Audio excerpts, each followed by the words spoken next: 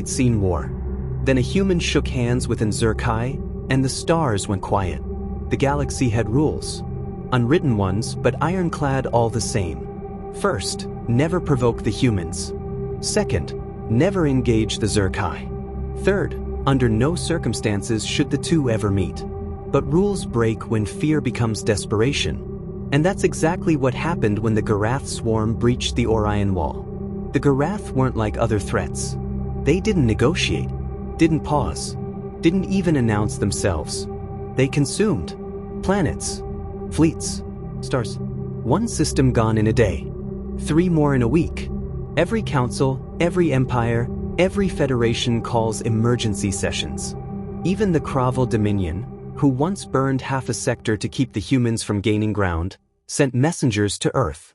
But it wasn't Earth that answered. It was Mirakel. Ex-colonel, court-martialed, vanished. Until now. She spoke once on a galactic channel. We're not enough alone. But I know someone who might be. The channel cut. Coordinates followed. Not to Earth, but beyond the rim. Into dead space. Into the grave systems where the Zerkai slept.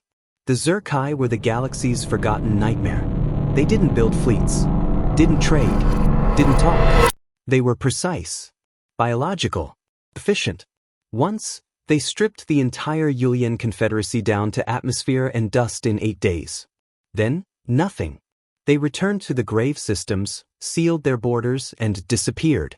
And that was fine with the galaxy. Because they were too deadly to fight and too quiet to provoke. Until Mira walked into their dark. Alone. She entered on foot. No escort. No weapons. Just a data crystal, a deep space signal, and a history lesson. 3 days passed. No one knew if she was alive. Then a broadcast. Visual only. It showed her, standing on a ridge of obsidian bone. Behind her, a Zerkai warform, 12 feet tall, cloaked in living armor, stood still. Watching. Waiting. Myra's voice came through. They remember us.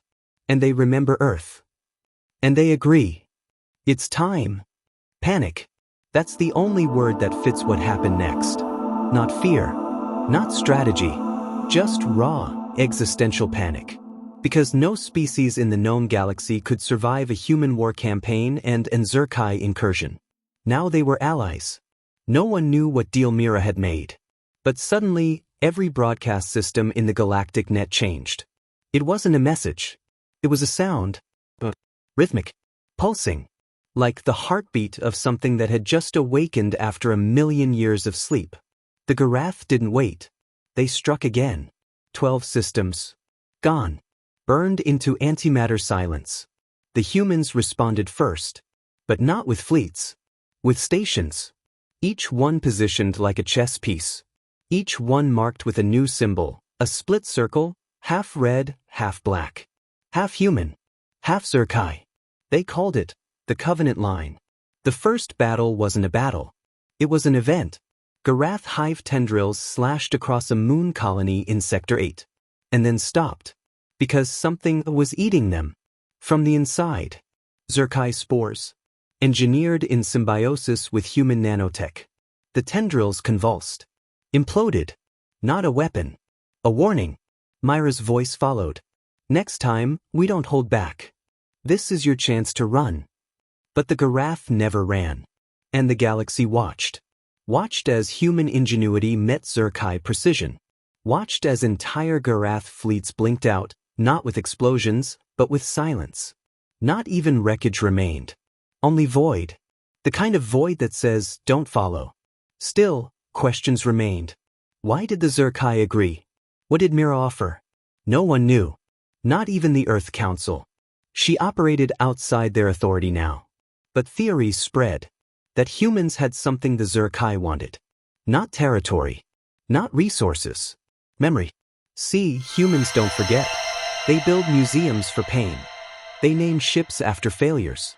They remember what breaks them, and turn it into strength. And the Zerkai? They'd seen that.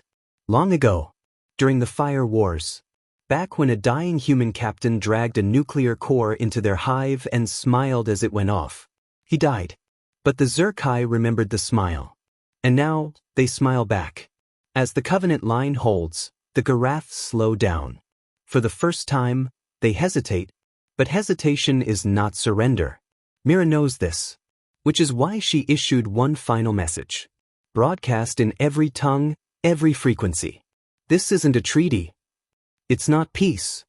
It's the beginning of something worse. You had your chance when we stood alone. Now, we don't. And somewhere, in the quiet between stars, another message plays. But no species can trace its source. No one admits to writing it. It's not a threat. It's a whisper. A voice in a language older than the stars.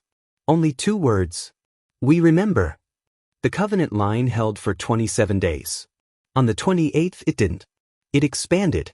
Not in response to an attack, but because Mira Kale sent it forward. A full sector forward. And she didn't ask for permission. The humans followed. The Zerkai didn't just follow, they led. Scouts reported strange formations. Stars with unnatural orbits. Debris fields that didn't make sense. Until someone realized, these weren't leftovers from battles. They were warnings. Whole moons rearranged into symbols no one could translate, except one. The Zerkai called it the Spiral of Endings. And humans? They just called it Myra's Pattern. Inside the command deck of the dreadnought Black Hollow, Mira stood with an Zerkai strategist named Varkren. They didn't speak. They rarely did. Instead, they shared data, memory strands, scent markers, and eye movements. Human language was too slow. What they had now was instinct. They moved like they were born to fight together. Like the stars had waited for this partnership. And maybe they had. Because the Garath were changing too. No longer pure destroyers. Now, they were learning. They started adapting to nanospore bursts. Started mimicking human flanking tactics. Started jamming Zerkai biofrequency fields. That's when Mira knew. They weren't dealing with a swarm anymore. They were dealing with an intelligence. Something within the Garath. Something ancient. And angry. Then came Sector Theta Zero. Empty on all maps. Dead space. But when Myra's fleet arrived, it wasn't empty. Not anymore. A structure the size of a gas giant floated there. But faceless. Alive. It didn't attack. Didn't speak. It just opened. And what came out was not Garath. Not really. It looked like them. But cleaner. Older. Designed. In origin.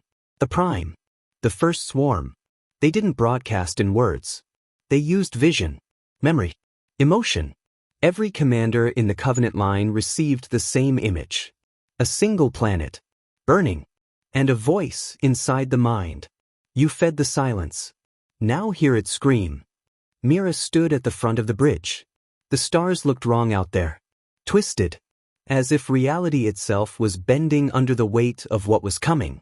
She turned to Varkren. Can your kind still burrow through timelines? She asked quietly. The Zerkai's mandibles clicked once. Only if we have reason. She nodded. We just found one. Now the council sends envoys. Begging for answers. Trying to understand. But no message has been returned. Only silence. And one file. Encrypted with human code and Zerkai organic locks. Its name? Ashes of the Alpha Pact. Some say the file contains the truth about how the 2 species bonded. Others say it holds the coordinates to where the Garath were born. But most agree on one thing. It's not meant to be opened. Not yet. Because when it is, the war ends, and something worse begins. In the deep folds of space, where light itself slows down, there is now a place the galaxy fears more than any battlefield. A station. Half steel, half flesh. Built with both hands. A monument to alliance. To warn. On its surface, carved in both languages. Alone we survived. Together, we remember. Together, we finish.